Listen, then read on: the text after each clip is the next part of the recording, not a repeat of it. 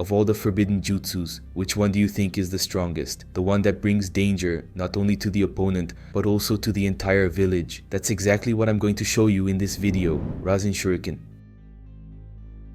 This is an even more powerful variation of the already strong Rasengan. With this technique, Naruto creates a normal Rasengan sphere, but takes it to a new level by infusing wind-style chakra into it. This summons a sort of shuriken around the Rasengan, which is actually a fusion of multiple tiny blades. These blades are formed by wind chakra that spins around the Rasengan and simultaneously attack the enemy. The microscopic blades can damage the target's body at a cellular level, creating spinning helixes that resemble a giant shuriken. The power of the Rasenshuriken is so immense that the wind blades can break the bonds between the cells in the body, rendering the target unable to move. They also attack the entire chakra circulation system, which cannot be repaired by common medical ninjutsu. Depending on the severity of the injury, the victim could even lose the ability to perform techniques. The greatest danger of this technique lies not only in the damage caused to the target, but also to the user, who can suffer severe harm due to the high intensity of the Rasenshuriken.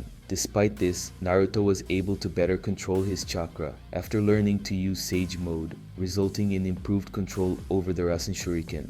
Still, the technique was forbidden by Tsunade, who evaluated the damage it caused to Naruto and realized that the wind blades could escape the technique and injure him as well. Tsukuyomi. Here comes one of Itachi's heaviest jutsus. Tsukuyomi is like an illusion he creates in the enemy's mind, requiring only eye contact. But this illusion is so realistic that the person gets trapped in Itachi's mind, where he practically becomes a god. When he used it on Kakashi, it was truly a hellish experience for the copy ninja. He endured 72 hours of intense mental torture, with Itachi repeatedly stabbing him. The worst part is that these 72 hours only occurred in Kakashi's mind. In the real world, not even a second passed. Imagine the impact this would have on someone's mental health. However, this also comes with a price for Itachi, who becomes extremely exhausted after using this jutsu, to the point where, on some occasions, he has to abandon the battle. Moreover, each time he uses Tsukuyomi, his illness worsens. That's why this technique is so dangerous and forbidden. It can be lethal to both the enemy and the user. Edo Tensei. Edo Tensei is a ninjutsu technique that allows the user to revive the dead and control them at will. The creator of this technique was Tobirama, but he was never able to fully master it, making it extremely dangerous and forbidden. Although Tobirama couldn't master this technique, Orochimaru and Kabuto perfected it in impressive ways. During the Ninja War, Kabuto used this technique to revive several high-level ninjas, including some Kages. Despite being an extremely powerful technique, Edo Tensei is incredibly difficult to learn and master. Orochimaru and Kabuto had to sacrifice years of study to be able to control it properly.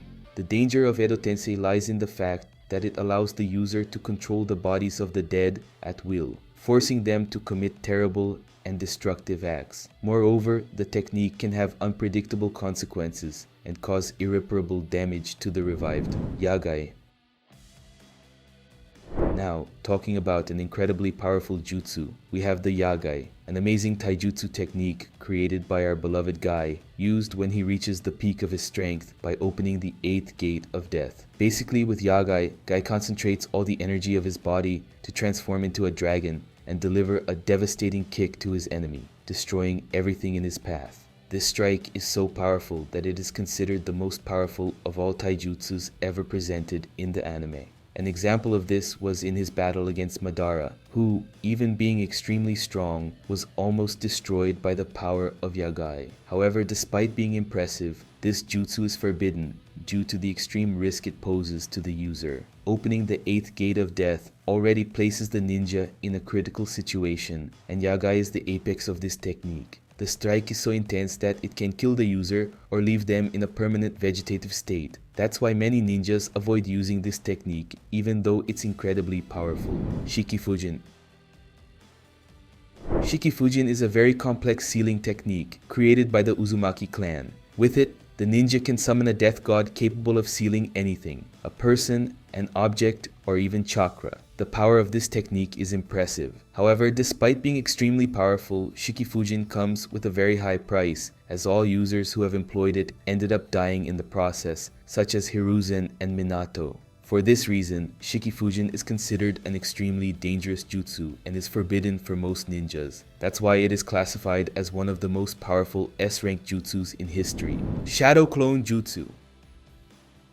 Now let's talk about the famous Shadow Clone Jutsu. This is a technique that allows the user to create several copies of themselves as real as the original. And not only that, each clone can perform jutsus and techniques without limitations. However, there is a downside. When the number of clones becomes too high, it can cause massive chaos. That's why Konoha decided that the Shadow Clone Jutsu is a forbidden technique. Imagine someone creating so many clones that it ends up causing great confusion in the village. A clear example of how dangerous this can be is Naruto during the 4th Great Ninja War. Now imagine in an earlier war, a ninja with large chakra reserves creating clones to fight in multiple places at the same time. Additionally, the Shadow Clone Jutsu can be risky in battle, as the enemy may become confused and not know who the original is and who the clone is, putting the user at risk and hindering the effectiveness of the fight. Izanami and Izanagi. Here we have two powerful genjutsu techniques, Izanami and Izanagi. Both were developed by the Uchiha clan and are considered sister techniques, but with very different purposes. Izanami traps the opponent in a loop of events, forcing them to follow a specific path and repeat the same action endlessly. The great danger of Izanami is that it can alter the perception of reality in the ninja world. The user can manipulate the person's mind, causing serious harm to the village and society. The abuse of this jutsu can lead to chaos, both in the village and across the entire ninja world. Because of its high destructive potential and the risk of creating a distorted reality, Izanami is forbidden by the authorities of Konoha and other ninja villages. Users of this technique are strictly monitored, as improper use can have catastrophic consequences. For this reason, Izanami is classified as an extremely dangerous S-rank jutsu. On the other hand, Izanagi is a jutsu that allows the user to manipulate reality in their favor, turning any damage received, including death, into mere illusion.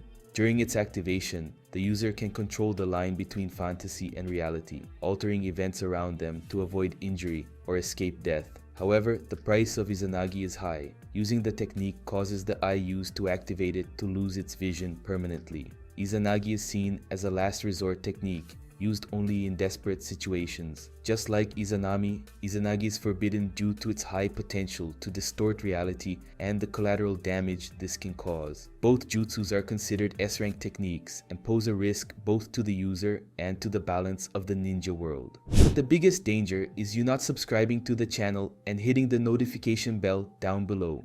Are you really going to risk missing out on the videos that will be posted here? So check your subscription and the bell so you don't miss anything.